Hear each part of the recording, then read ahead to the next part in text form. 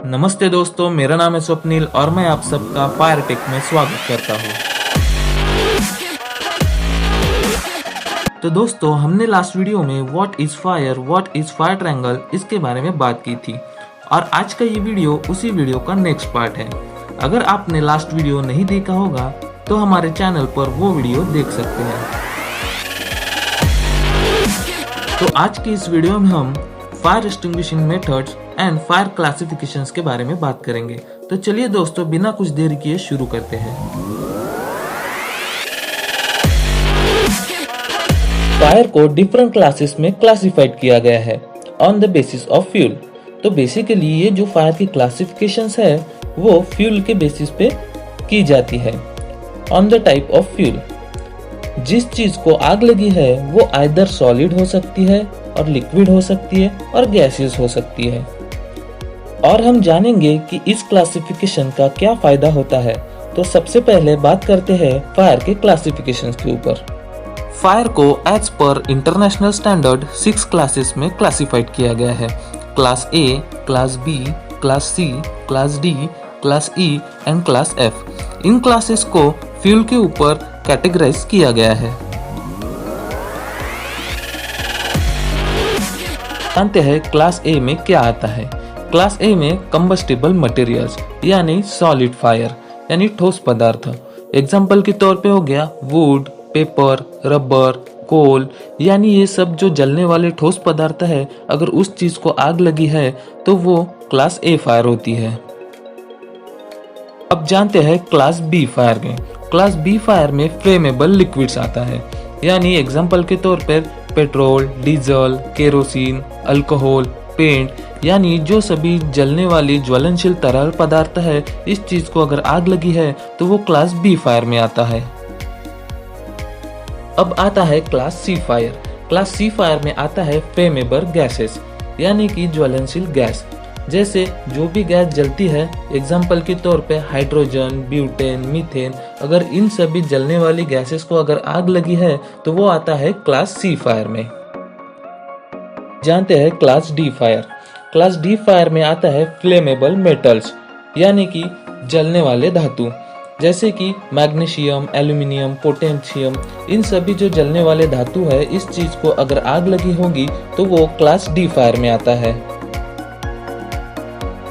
ये अब जानते हैं क्लास ई फायर क्या है। क्लास ई फायर में आता है इलेक्ट्रिकल फायर यानी कि जलने वाली इलेक्ट्रिक इक्विपमेंट्स, कंप्यूटर्स, जनरेटर। लेकिन एक बात ध्यान में रखना जरूरी है कि अगर वो उस इलेक्ट्रिकल अप्लायंसेस को करंट सोर्स अगर मिल रहा है, यानी वो ऑन कंडीशन में है और उनको आग लगती है, तो ही वो क्लास ई फायर में आएगी। अगर उसका इलेक्ट्रिक सोर्स कट आउट किया होगा तब उसको आग लगती है, यानी ऑफ कंडीशन में उसको आग लगता है, तो वह इलेक्ट्रिक फायर में नहीं आएगा, उसका क्लास चेंज हो जाएगा। जानते हैं क्लास एफ फायर क्या है। क्लास एफ फायर यानी cooking oils and fat fire, यानी अगर मान लो एग्जाम्पल के तौर पे आपके किचन में अगर आग लगी है तो किचन में अलग अलग प्रकार के ऑयल्स रहते हैं, फैट्स रहते हैं, अगर उस चीज को आग लगती है तो वो आएगा एफ फायर में। अभी हमने समझा क्लासिफिकेशन ऑफ फायर के बारे में एज पर इंटरनेशनल स्टैंडर्ड।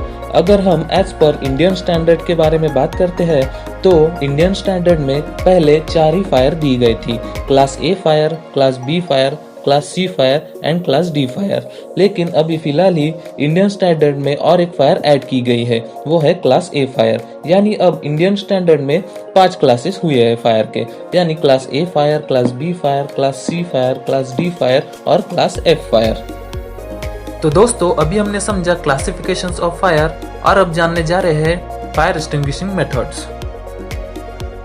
तो दोस्तों, जिस प्रकार heat, fuel and oxygen in 3 elements में होने वाली चेन रिएक्शन के कारण आग लगती है, तो उसी प्रकार अगर हम इन 3 एलिमेंट्स में से किसी एक भी एलिमेंट को कट आउट करते हैं तो वो चेन रिएक्शन नहीं बनेगी और आग जो है वो बुझ जाएंगी। तो सिंपली इसी बेसिस पे फायर एक्सटिंग्विशिंग मेथड्स बनाई गई है। तो चलिए दोस्तों, जानते हैं fire extinguishing methods. Fire extinguishing methods 4 प्रकार की बनाई गई है। First, cooling method, second, smothering method, third, starvation method and fourth, breaking the chain reaction. तो चलिए जानते हैं कूलिंग मेथड क्या है। कूलिंग मेथड यानी सिंपली रिमूवल ऑफ हीट। अगर हीट, फ्यूल एंड ऑक्सीजन में होने वाली चेन रिएक्शन के कारण आग लगती है तो हमने उस आग पे कूलिंग एजेंट, एग्जाम्पल के तौर पे वाटर हो गया, अगर कूलिंग एजेंट उस पे फायर पे अप्लाई करके उस फायर में की हमने हीट को कट आउट कर दिया तो वो चेन रिएक्शन नहीं बनेगी और आग जो है वो बुझ जाएगी। अगर इस तरीके से हम आग को बुझाते हैं तो उसे कहते हैं कूलिंग मेथड। तो चलिए दोस्तों अब जानते हैं स्मूदरिंग मेथड क्या है। तो हीट, फ्यूल और ऑक्सीजन की उपलब्धता में होने वाली केमिकल चेन रिएक्शन से आग लगती है। तो अगर उस आग में का हम ऑक्सीजन को कट आउट करते हैं यानी उस केमिकल रिएक्शन को ब्रेक करते हैं तो आग जो है वो बुझ जाएगी।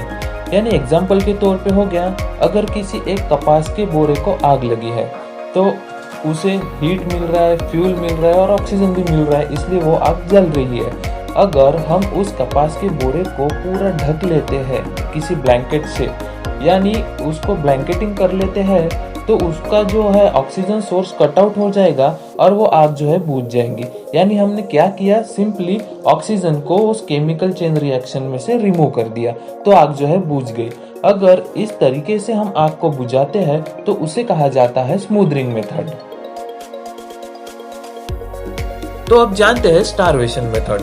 स्टारवेशन मेथड यानी रिमूवल ऑफ फ्यूल, यानी हीट, फ्यूल और ऑक्सीजन में होने वाली केमिकल चेन रिएक्शन से आग लगती है। अगर उस केमिकल चेन रिएक्शन में से हम फ्यूल को कट आउट करते हैं तो आग जो है बुझ जाएगी। एग्जाम्पल के तौर पे हो गया, अगर मान लो एक क्लासरूम में 3 बेंचेस है, अगर किसी एक बेंच को आग लगी है तो अगर हमने वो तीनों बेंच को सेपरेट कर दिया, यानी जो जल रहा है वो बेंच को छोड़ के बाकी के 2 बेंच को सेपरेट कर दिया उससे, तो आग जो है वो बढ़ेगी नहीं। यानी हमने क्या किया, उसमें उस आग को मिलने वाले फ्यूल को हमने कट आउट कर लिया तो आग जो है वो बुझ गई। ऐसे ही अगर हम फ्यूल को कट आउट करके आग को बुझाते हैं तो उसे कहा जाता है स्टारवेशन मेथड।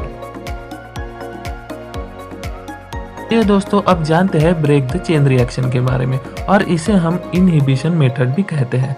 तो दोस्तों हमें पता है कि हीट, फ्यूल एंड ऑक्सीजन में होने वाली केमिकल चेन रिएक्शन के कारण आग लगती है।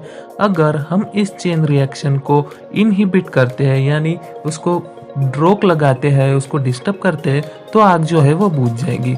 एग्जाम्पल के तौर पे हो गया, हमने अगर आग पे dry chemical powders like sodium bicarbonate, monoammonium phosphate ये अगर अप्लाई किया तो वो चेन रिएक्शन का मैकेनिज्म डिस्टर्ब हो जाएगा और आग जो है वो बुझ जाएगी। अगर इस तरीके से हम चेन रिएक्शन को रोक लगा के आग बुझाते हैं तो इसे कहते हैं ब्रेक द चेन रिएक्शन। तो दोस्तों अगर आपको ये वीडियो अच्छा लगा होगा तो हमारे चैनल को सब्सक्राइब कीजिए, वीडियो को लाइक और ज़्यादा से ज़्यादा शेयर कीजिए और हमारे रेगुलर अपडेट्स आपके पास जल्द से जल्द पहुंचने के लिए नीचे दिए गए बेल आइकन पर क्लिक कीजिए। Thank you for watching.